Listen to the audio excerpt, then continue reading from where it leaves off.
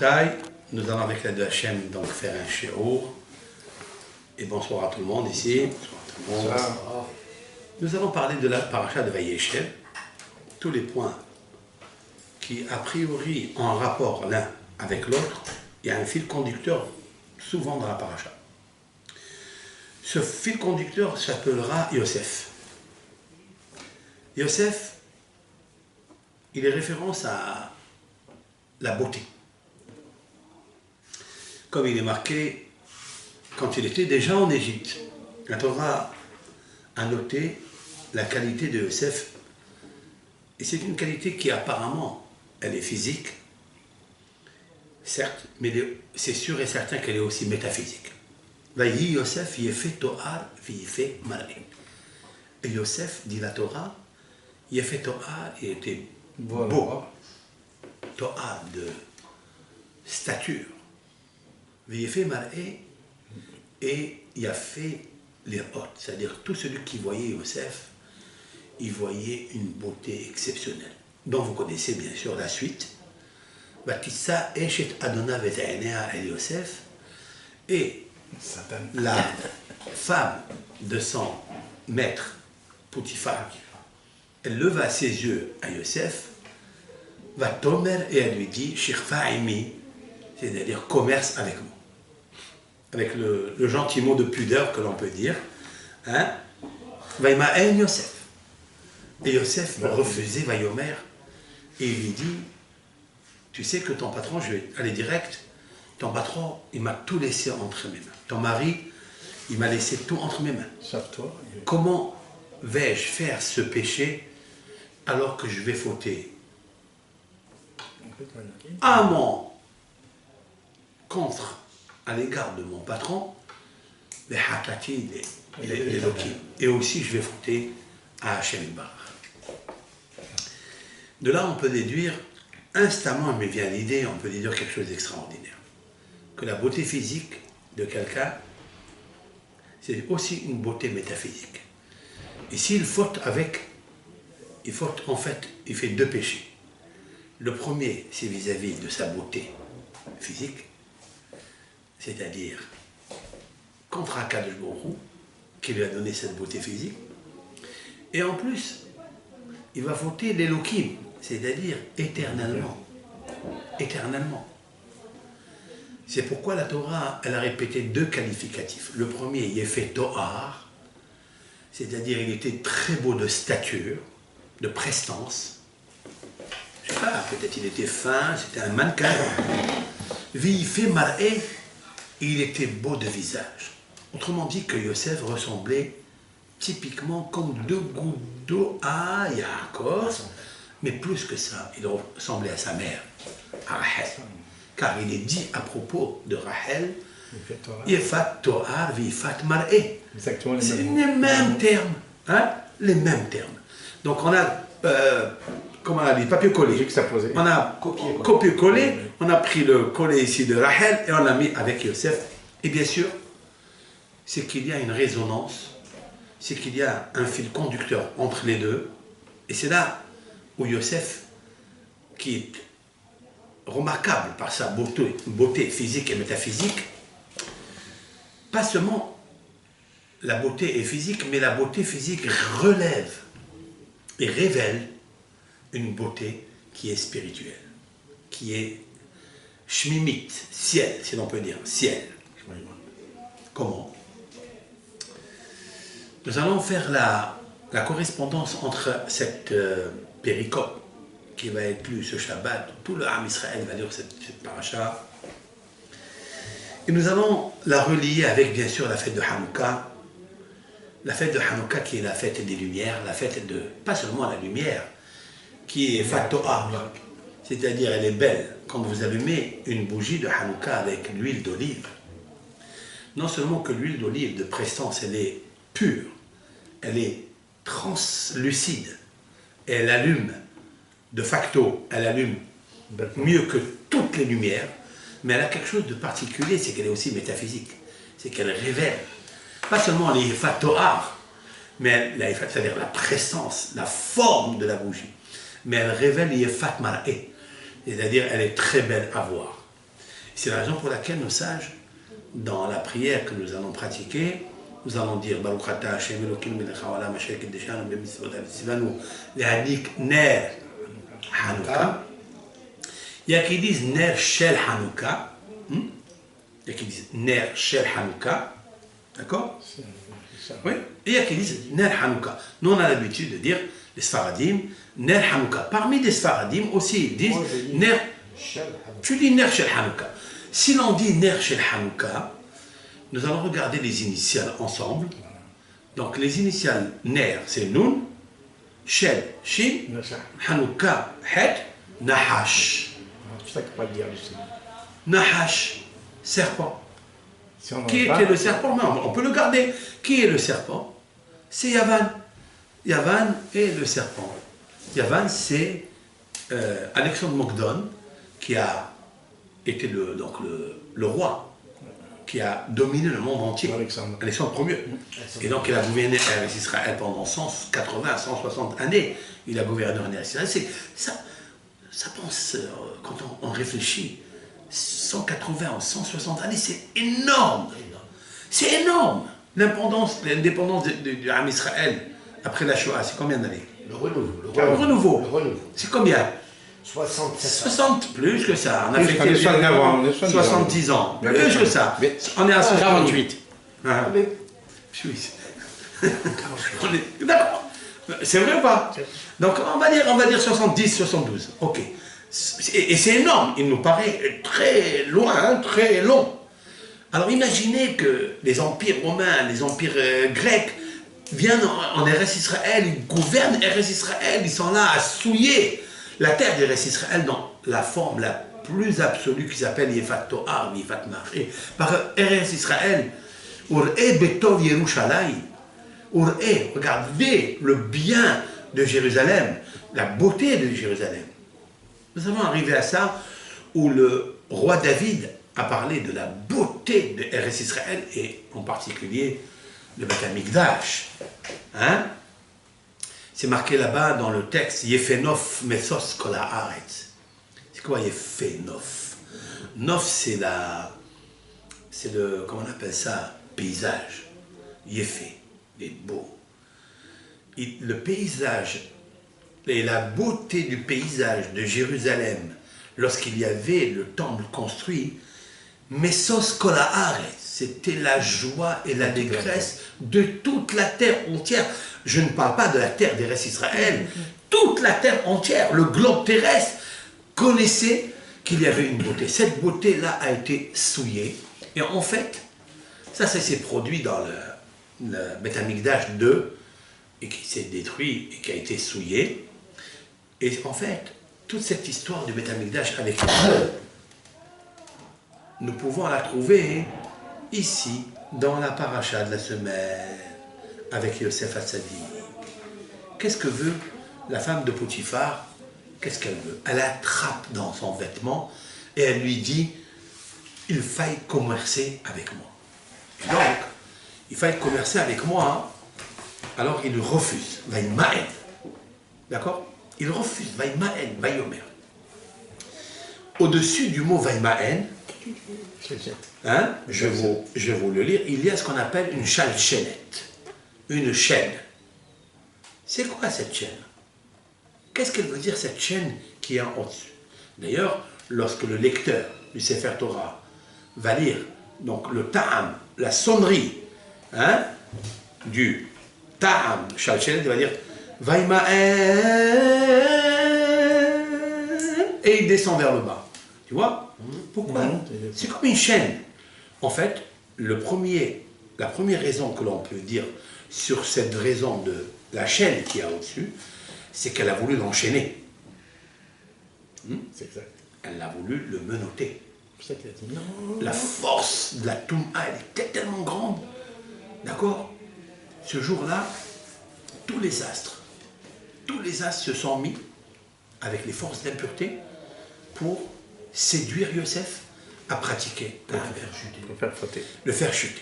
Vous trouverez le Vaïmaen, ça veut dire que en lui, il lui a dit, écoute, je ne veux pas faire la chaîne, ça veut dire le zigzag.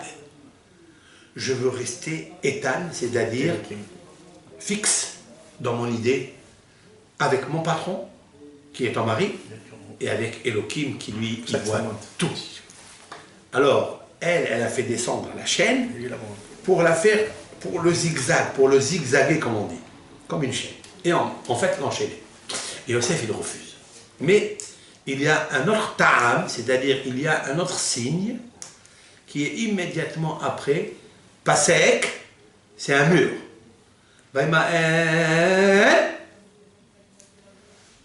Nos sages ont fait un signe. Après la chaîne, il a fait un pasek, ça veut dire stop. Il n'y a pas de... Stop. On peut apprendre beaucoup de choses de là. Nos sages disent que Yaakov Avinu devait descendre en Égypte de toute façon. Mais il devait descendre avec des chaînes en fer.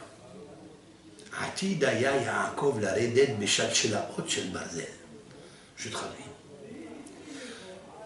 Quand Abraham Avinu, l'Éternel, il lui a dit que ta descendance va descendre en Égypte, il ne lui a pas dit en Égypte, il lui a dit dans une terre qui ne leur appartient pas, ce qui est marqué. 400 ans. Et ils resteront 400 ans, donc on a compris que c'était en Égypte. Et dans le Midrash, c'est marqué que le premier qui descendra parmi les patriarches, ça ne sera pas Yitzhak. Puisqu'Yitzhak, il n'ira pas en Galoute. C'est toujours en Israël. Parce qu'il est l'holocauste parfait. Grâce à la Hakel d'Yitzhak, Akadosh Baruch Hu lui a évité tous les pogroms, toutes les acquisitions, toutes les souffrances des Galoutes. Et pour la deuxième chose, pour quelle raison? Grâce à la Hakeda, mais il y a une deuxième raison, parce qu'il était aveugle pendant 57 années. Pendant 57 années, Yitzhak Avinu n'a pas quitté la maison. Vous imaginez qu'est-ce que c'est? Quelle souffrance pour un homme tzaddik, Yesod Olam, de souffrir comme ça, de ne pas voir, alors que les yeux, c'est la partie la plus belle, c'est l'organe le plus important, en fait, pour le profit. Dans le profit, je parle. Le plus important dans la richesse de l'enseignement, c'est lui, c'est l'écoute. Ça, c'est très simple. Mais le plus puissant dans le profit, dans ce que j'appelle, moi, le yefé to'ar, yefé marqué, c'est les yeux. C'est les yeux. Et 57 ans, vous imaginez un peu ce que c'est. Donc ça lui a valu de ne plus regarder la galoute qui va venir après. Mais qui va souffrir dans la galoute? C'est Yaakov. Mais Yaakov ne va pas souffrir à la galoute. Puisque Yaakov Avinu, il va descendre en Égypte, mais il va rester 14 années là-bas, hein? Et dans les 14 années, il va vivre le meilleur de sa vie. Comme disent nos sages, que les 14 années que Yaakov a passé en Égypte avec son fils, et avec ses petits-enfants et avec ses enfants en Égypte, c'était les meilleures années de sa vie. 14 ans. Mais on va lui reprocher le fait de s'être reposé. Non mais ça c'est avant ça. Ah, bon. Ça c'est dans Vayeshev ici. On va le voir de suite. Maintenant, Yaakov Avinu, il devait descendre quand il descendait en Égypte. Ça il a vécu, le sage dit qu'il a vécu.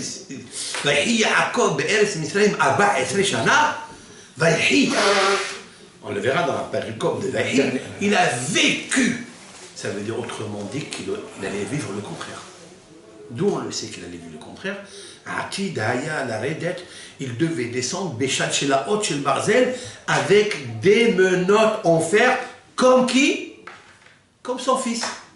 Yosef Hatzadik, dans la paracha de la semaine, les frères vont le prendre, ils vont l'attacher littéralement avec des menottes, des chaînes, ils vont le descendre en Égypte et ils vont le vendre aux Ishmaélim, comme on va le voir dans la paracha, et il va descendre vraiment en exil. Cette beauté de Yosef, a priori, va ternir, elle va s'obscurcir. Autrement dit qu'on verra plus, peut-être on verra le Yefat To'ar, la prestance, mais le Yefat Mar'é, c'est-à-dire le spirituel qu'il y a dans Yosef, peut-être on ne le verra plus. Et si on ne le voit plus, alors c'est sûr et certain que, c'est sûr et certain que on ne le verra plus. D'accord? Alors, c'est sûr et certain que Yosef Hatzadik, il va être Nitma, et c'est la plus grande galère pour Yaakov Avinu.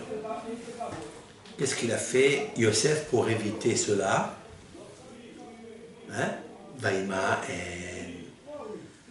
maintenant, quand vous prenez la chaîne, parce que Yosef Hatzadik, il sait que s'il faute, quand il va fauter, il va faire descendre son père Béchal chez Laor, dans les chaînes.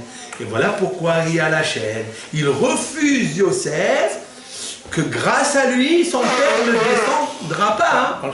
Enchaîné, menotté. Voilà pourquoi il y a cette raison de... Refus de la chaîne. De la chaîne. Vous saisissez l'importance, c'est hachouf ça. C'est très beau. C'est une raison magnifique. Pourquoi il y a cette chez la haute. Et c'est pour ça qu'il y a le pasek. C'est quoi le pasek? C'est ce signe qui te dit stop, ne fais pas la faute. C'est un moussard grandiose que quand un juif doit faire la Avera, il faut qu'il sache que s'il fait une Avera maintenant, il ne s'arrête pas de faire la Avera, eh bien il va mettre une chaîne et il va enchaîner, il va dégrader la génération qui vient après lui. Ça peut être avec lui, ses enfants, ça peut être ses petits-enfants, on ne le sait pas. En tous les cas, Yosef Hatzadik nous a appris quelque chose de magnifique, qu'il faille combattre le Yetzer Hara dans tous les domaines. Maintenant, si c'est ainsi, nous allons reprendre la lecture de la paracha juste au début. Et qu'est-ce qui s'est passé avec Yaakov? Vayeshev Yaakov be'eretz megore aviv be'eretz Canaan. Qu'est-ce qu'il a fait Yaakov Avinu? Il voulait se reposer. Mais pas se reposer, ça veut dire quoi? Se reposer? Est-ce qu'un tzaddik se repose? Non. Un tzaddik, il sait que ce monde est un vestibule. Il faille se préparer dans ce vestibule pour rentrer dans le palais plein de mitzvot, c'est-à-dire des valises de mitzvot. Est-ce que Yaakov voulait se reposer littéralement? Non. Regardez le mot Vayeshev. Qu'est-ce que Vayeshev? Il s'assoit, il s'installe. D'accord? Il s'installe. Hein? Nous allons prendre le premier lettre, Yud. De Yud. D'accord? Prenons Dina. Ça fait Dina. Dina. La deuxième lettre de Dina. Yud. Il a eu des grands problèmes avec Dina. La semaine dernière, sa fille Dina a été violée. Ok? Yaakov a souffert de ça énormément. Voilà le Yud. Le Shin. La deuxième lettre de Esav, c'est quoi? Le Shin. La deuxième lettre de Esav, c'est Shin. Très bien. La deuxième lettre de Lavan, c'est qui? Bet. Vayeshev. Vayeshev. Les deuxièmes lettres de Dina, de Esav et de Lavan, c'est Vayeshev. Vayeshev. Il a dit, je vais me reposer de ces souffrances-là. J'ai eu le problème avec Lavan, 22 jours. J'ai eu le problème avec Esav. Et en revenant, j'ai eu le problème avec Dina. J'ai dit, Alay Hayukulana, tout cela est sur ma tête. Maintenant, s'il te plaît, Akadosh Baruch Hu, je veux me reposer de tous ces missionnements, de toutes ces épreuves qui sont extrêmement douloureux pour moi. Ça m'empêche d'étudier la Torah. Akadosh Baruch Hu, ces missionnements-là, je n'ai pas étudié. J'ai étudié la Torah, mais je ne l'ai pas étudié avec tranquillité. Il y a ce qu'on appelle en hébreu la shalva. La shalva, c'est la tranquillité. Et il y a la menouha. C'est quoi la menouha? La menouha, c'est le repos total. Il ne veut ni étudier, il veut faire la brinque toute la journée. Menouha, le repos, il veut dormir, il veut s'amuser, il veut aller au club med, il veut aller je ne sais pas où. D'accord? Il veut se reposer. Et il y a shalva, qui n'est pas menouha, ça veut dire le repos. Au contraire, il va prendre toutes ses puissances, toute sa force, tout son investissement, il va le mettre dans la Torah. Mais il veut la tranquillité des épreuves. Alors il a dit, qu'est-ce que tu veux? Tu veux t'asseoir? Tu veux te reposer? Chez Yosef. Immédiatement, Hakadosh Baruch Hu lui a envoyé l'histoire de Yosef. Et pas seulement que lui, il est allé vers l'épreuve, c'est l'épreuve qui est venue vers lui. C'est comme passez dans la rue et il y a un chat qui saute sur vous, vous attendez pas. Surpris. C'est une surprise. Ça, c'est une surprise, mais Yaakov, il a une prise, sûr. Et que, en fait, il est venu contre lui, sur lui, l'histoire de Yosef. Qui est Yosef? La Torah nous dit, elle est Toldot Yosef, elle est Toldot Yaakov Yosef. Voici la progéniture de Yaakov, Yosef. Comment? Il n'y a que Yosef.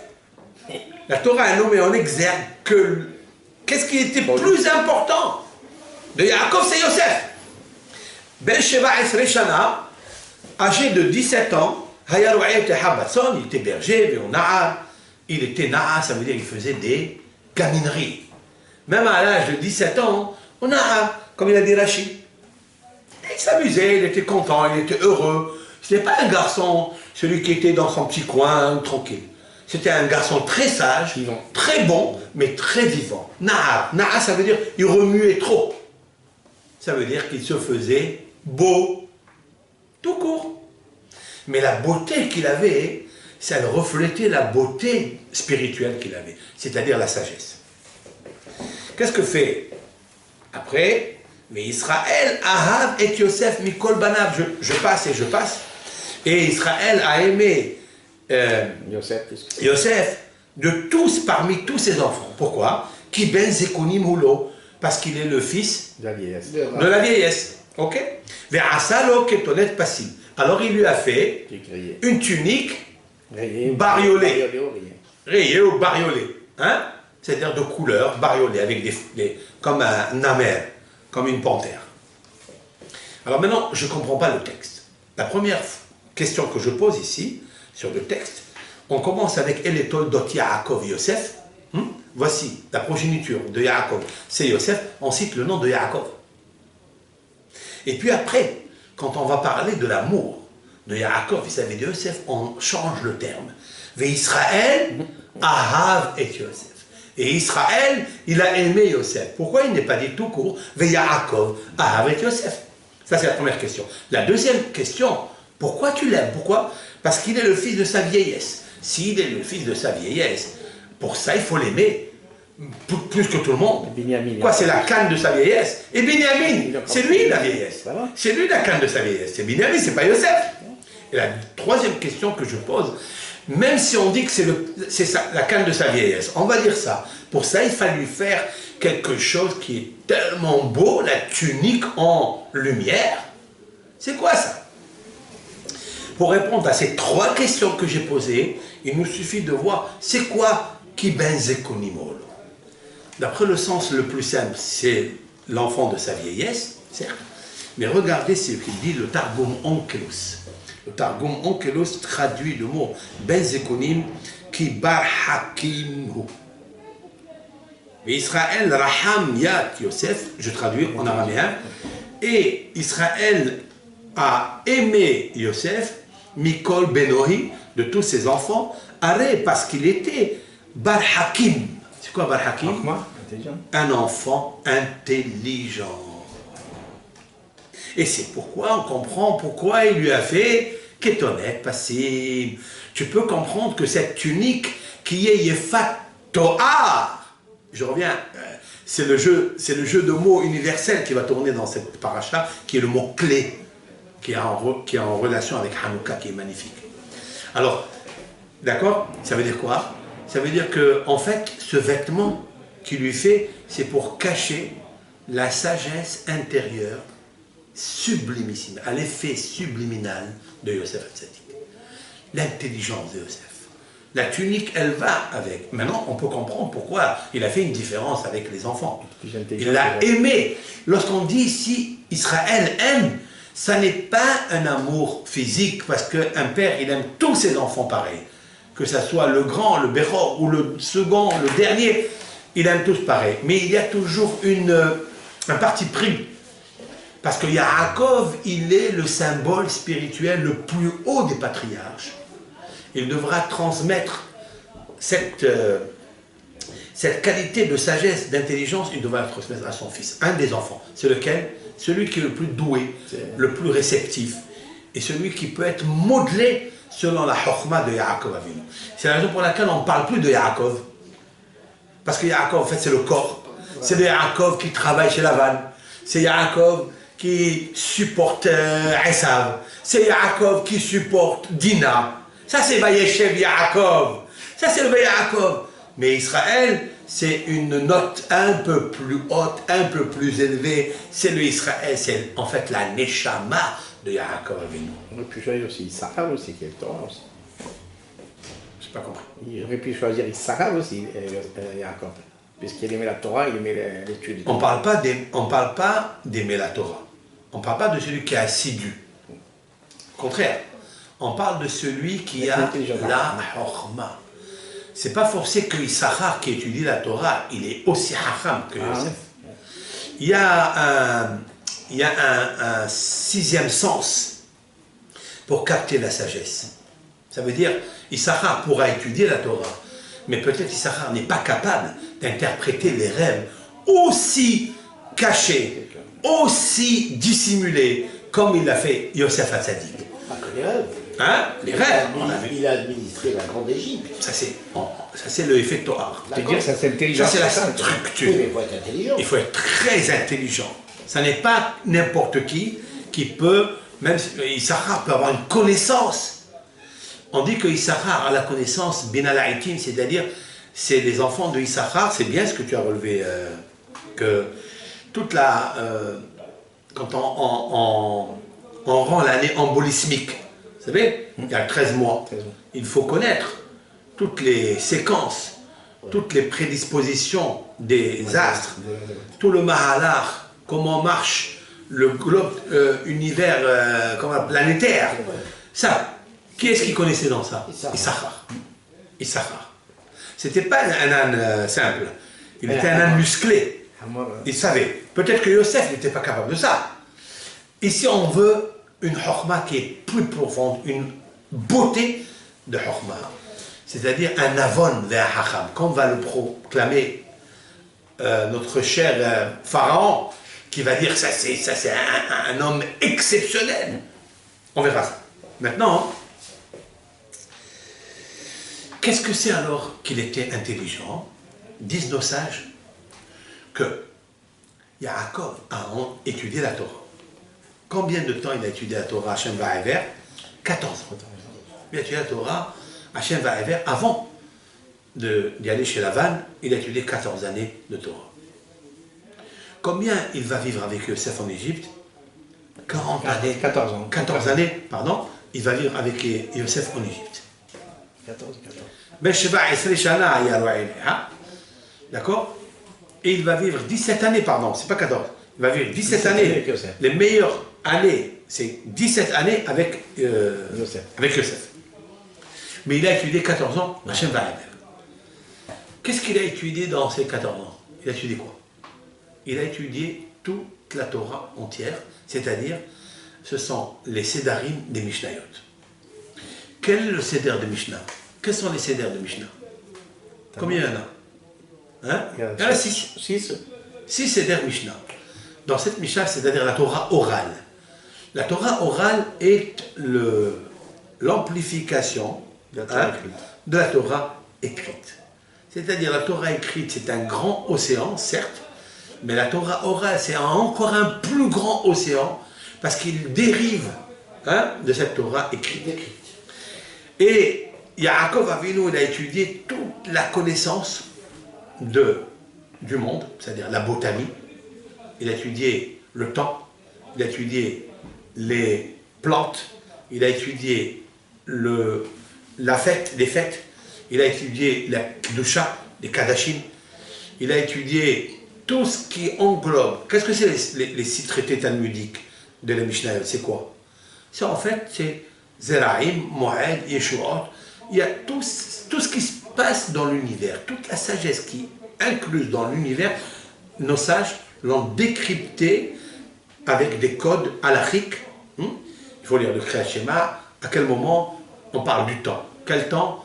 À partir de la sortie des étoiles. Il y a le schéma, il y a la partie des étoiles. À quel moment, quand on mange là, quand les Kohanim mangent la terouma? Un Kohen, quand il s'est impurifié, il devra immerger dans le mikvé le jour et le soir, hein, il pourra manger après la sortie. On va parler donc des consécrations. Il y a tout dedans. Après, on parle du temps de Shabbat. Il va faire très attention à allumer vendredi les bougies parce qu'on va arrêter le temps de travail, on va arrêter tout pour passer à un monde dimensionnel de tranquillité, pas de repos, qui est Yom Menuha, qui n'est pas seulement un Menuha du corps, mais même une Hana'a, un profit pour l'étude de la Torah, la prière du Shabbat, le Ta'anouk du Shabbat, etc. etc. C'est ce qu'il a étudié Yaakov Avinu. Nos sages disent que tout cela est inclus dans le mot Zekunim. Qui ben Zekunim parce qu'il était le fils intelligent pour recevoir les 6 traités talmudiques. Où se trouve dans le mot Zekunim? Parce que qu'est-ce qu'un Zaken? Un Zaken, c'est celui qui acquiert la sagesse. D'où on le sait? Parce que Zaken, c'est la dichotomie Zekana Chorma.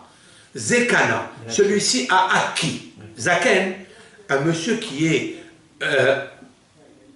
même jeune, mais qui a acquis la sagesse, on dit qu'il est Zaken. On dit qu'il est Zekana. Ça veut dire qu'il a acquis quelque chose. Hein?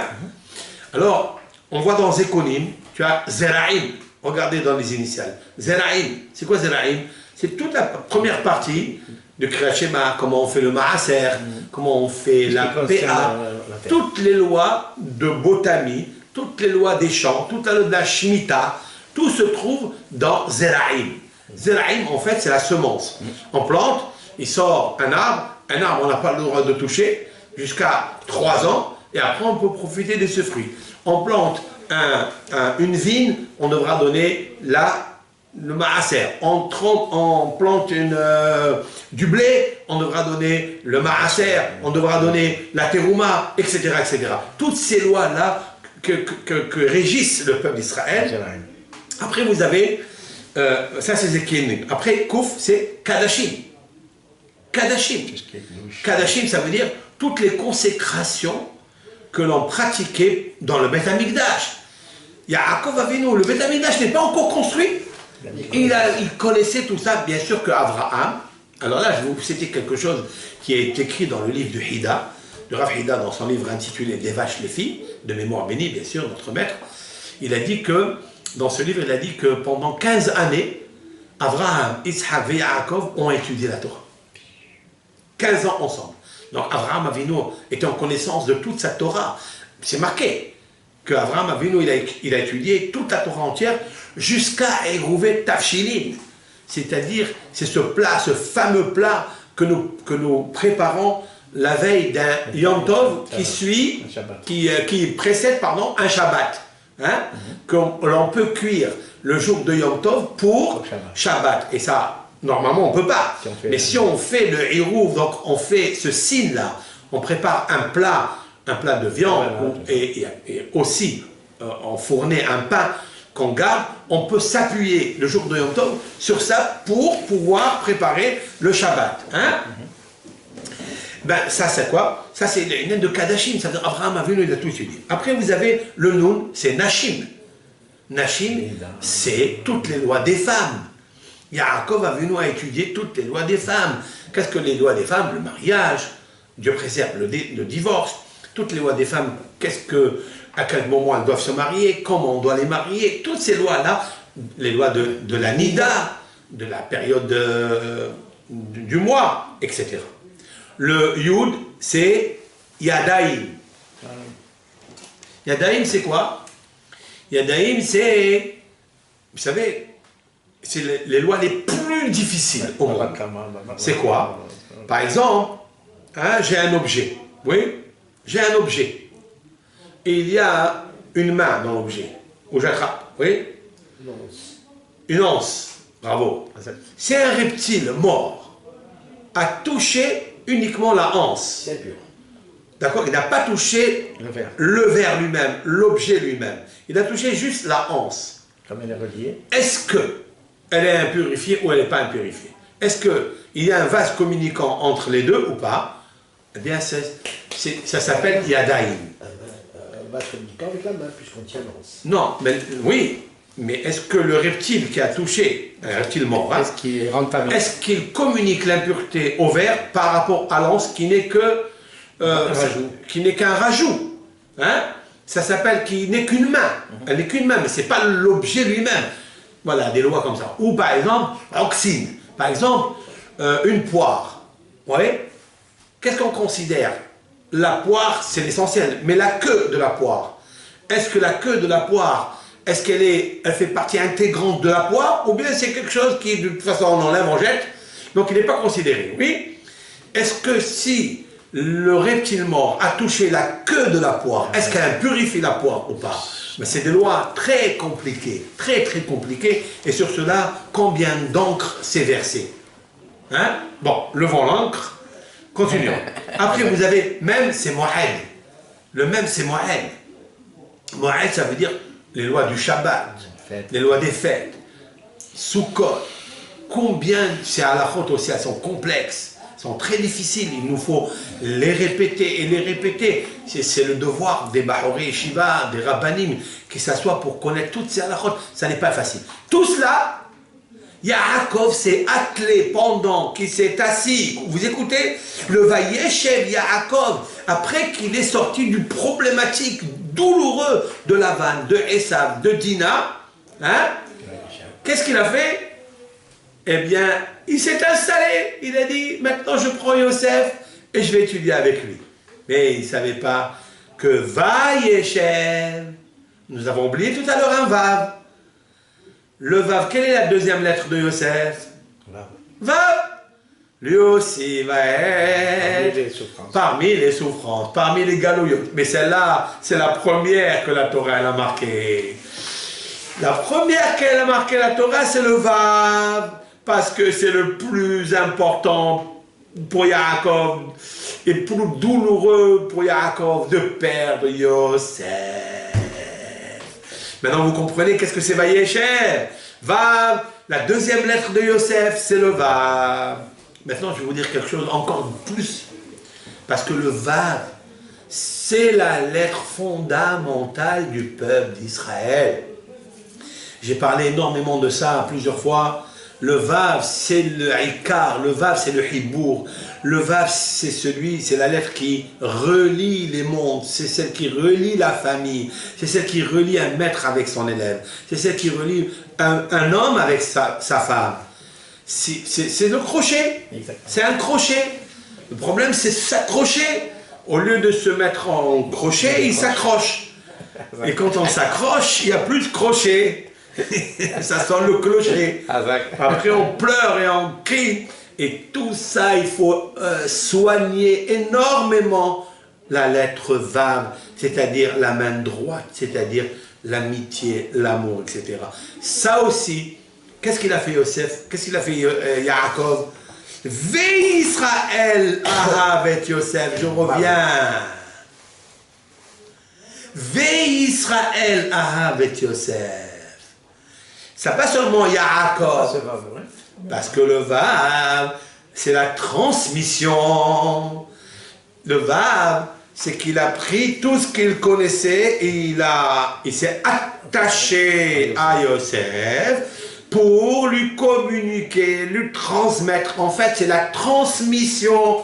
Tout ce qu'il a appris, il a remonté. Moshe Kibel Torah Misinaï, que nous lisons dans le Pirkei Avot, la première Mishnah des maximes de nos pères. Qu'est-ce qu'on lit? Moshe Kibel Torah Misinaï. Moshe a reçu la Torah au Sinaï. Sara li Yoshua. Vav. La lettre Vav, la transmission. Toute la transmission de la Torah de Yaakov, il l'a transmise à qui? À son fils. Yefé Torah, vifé maré. Beau de stature et vif et maré.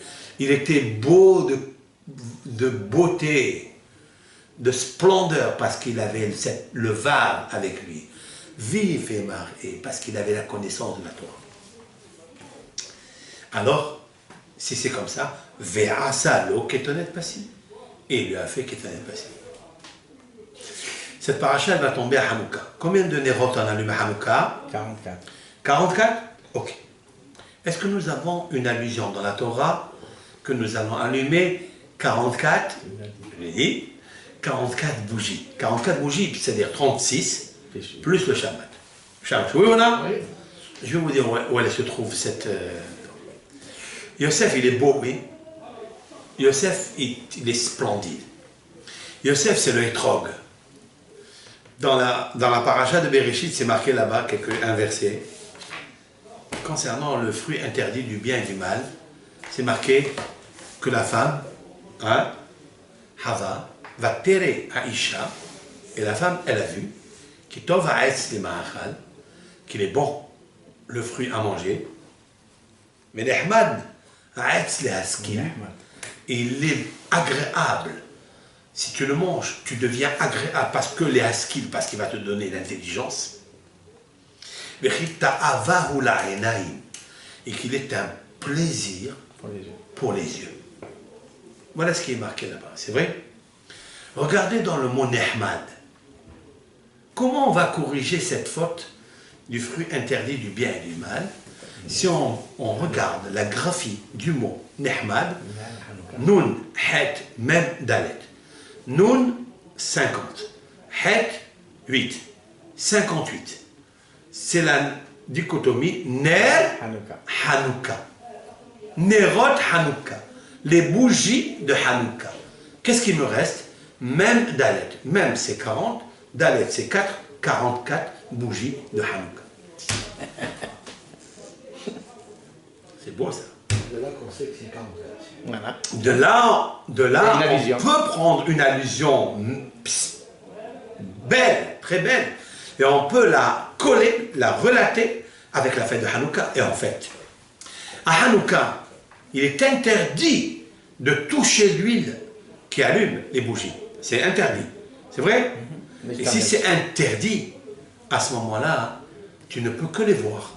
Pourquoi on a dit qu'il faille que les voir et pas les toucher? Parce que le fruit interdit du bien et du mal, tu l'as touché, tu l'as pris avec tes mains, tu as servi, tu as mangé avec. Il vient, la Torah, elle te donne le remède dans le même verset.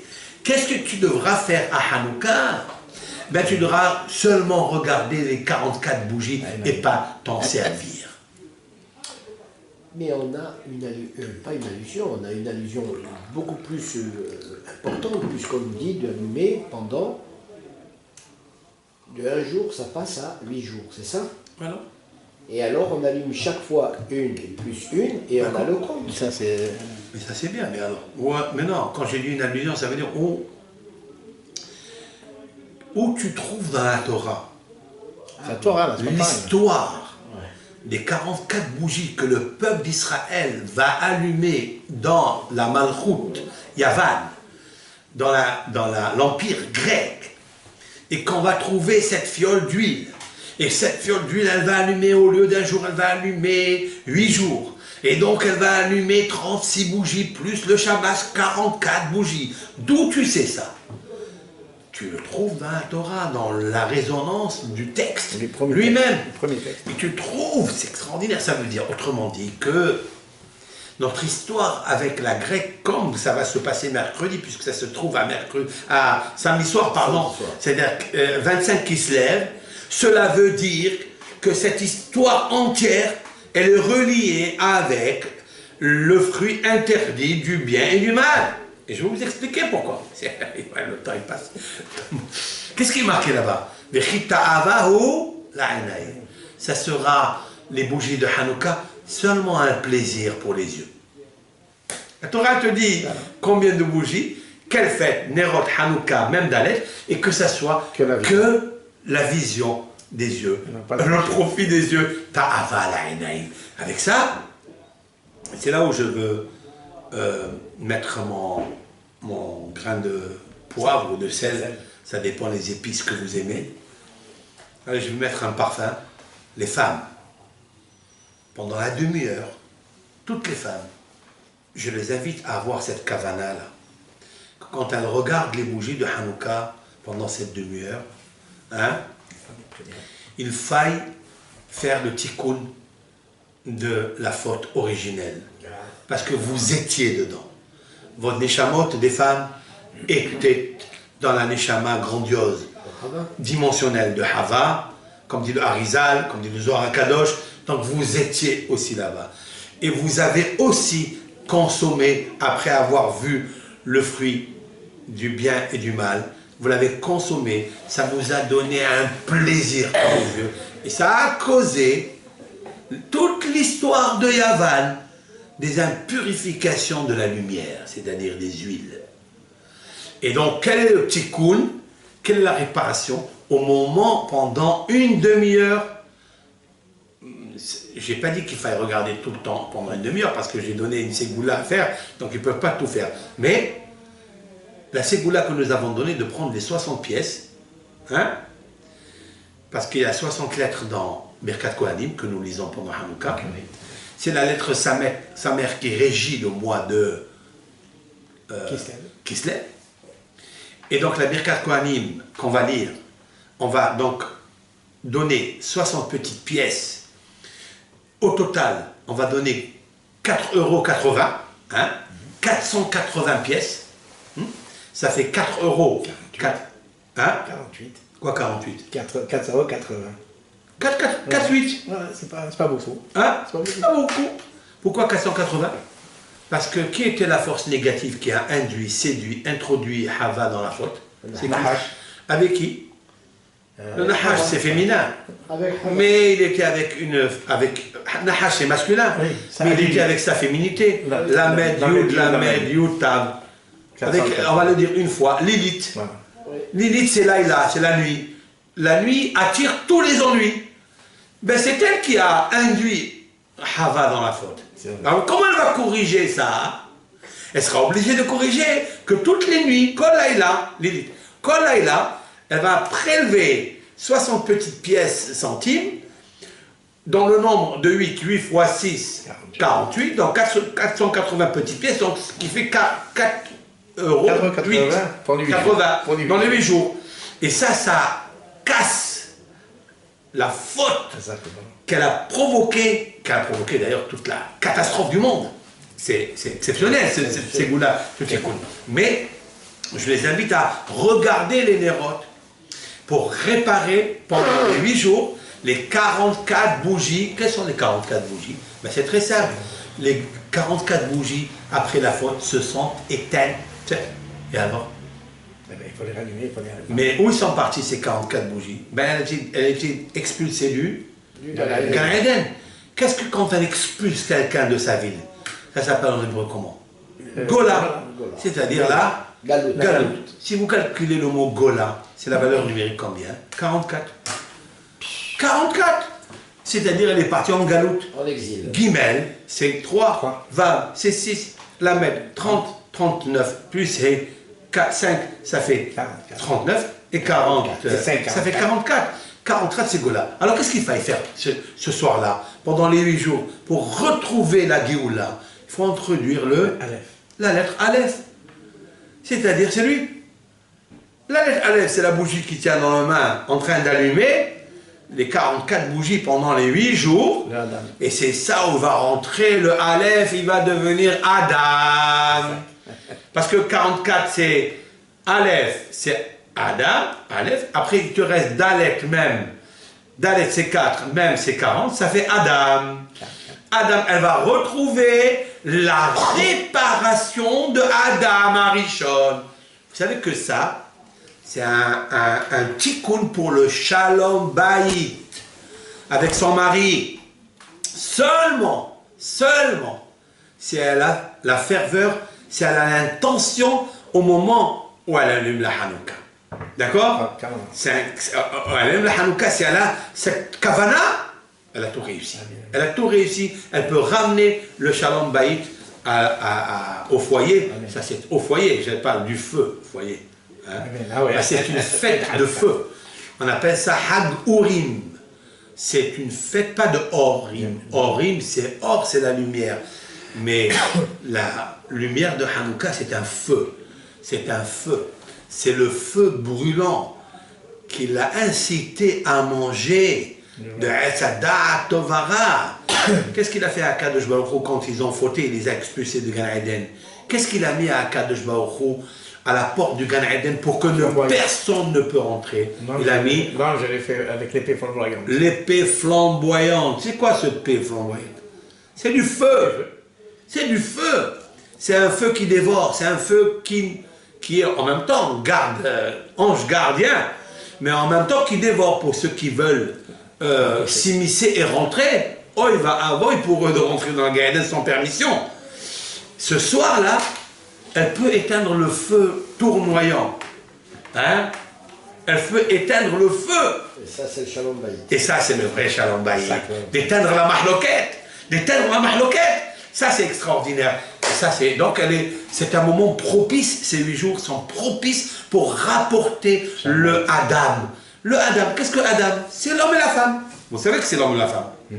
Adam, il n'y a pas dans le pluriel Adam. Adam, c'est Ish, c'est un homme. Anashim, c'est au pluriel des hommes. Isha, singulier. Nashim, au pluriel. Mais Adam, qui veut dire l'homme, avec un H. En général. Avec un H majuscule. Mais pour devenir Adam, parce qu'ils sont un, il faut enlever la H. De la discorde. Enlève la hache. Parce que mâle-femelle, ça existe de partout. Oui. Même dans une prise. Bien même sûr. Les animaux, ish ve ishto, mâle-femelle. Mais moi j'ai dit toujours, pour devenir un homme, il ne faut pas être seulement mâle-femelle. Parce que si la femme se mêle, elle met le feu et il a mal. Il faut faire très attention à ça. Donc il faut devenir Adam tout court. Adam, ça veut dire domé, qui se ressemble. Alors qui se ressemble, s'assemble et s'assemble se ressemble. Donc ils doivent être ensemble. À quel moment on peut le faire ça? Au moment où on allume cette petite bougie. Cette petite bougie, c'est Ner Adam, Ner Hashem Nishmat Adam. La bougie de Dieu, c'est l'âme de l'homme. C'est allumer cette âme de l'homme.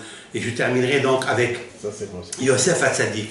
Yosef Hatzadik qui a refusé et qui a stoppé tout l'enchaînement catastrophique qu'il aurait pu avoir. Et au contraire, il est devenu l'homme le plus célèbre.